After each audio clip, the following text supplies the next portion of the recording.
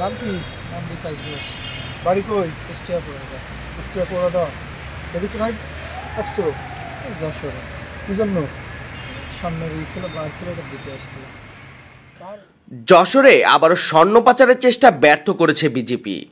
রোববার ভোর 5:30টার দিকে সদর উপজেলার দাইতলা ব্রিজ এলাকায় অভিযান চালিয়ে একজন পাচারকারীকে আটক করা হয়।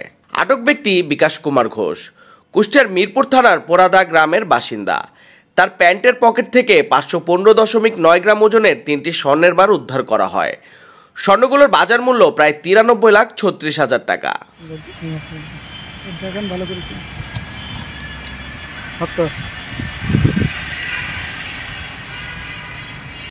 বিজেপি জানায়, ঢাকার তাঁতীবাজারের চোরা কারবারিদের কাছ থেকে এই স্বর্ণ সংগ্রহ করে বিকাশ যশোর হয়ে বেনাপোল সীমান্ত দিয়ে ভারতে পাচারের উদ্দেশ্যে যাচ্ছিলেন।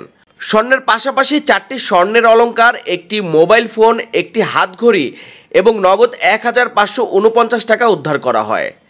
সব মিলিয়ে জব্দকৃত মালামালের সিজার মূল্য দাঁড়িয়েছে 93,59,807 টাকা।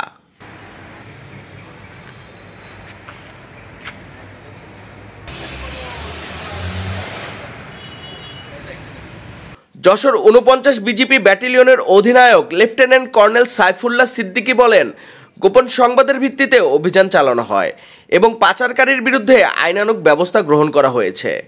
আটক ব্যক্তির বিরুদ্ধে মামলা দিয়ে তাকে যশোর কোতোয়ালি মডেল থানায় সোপর্দ করা হয়েছে। সীমান্ত জুড়ে স্বর্ণ পাচারের প্রবণতা বাড়ায় নজরদারি আরও জোরদার করেছে বিজেপি।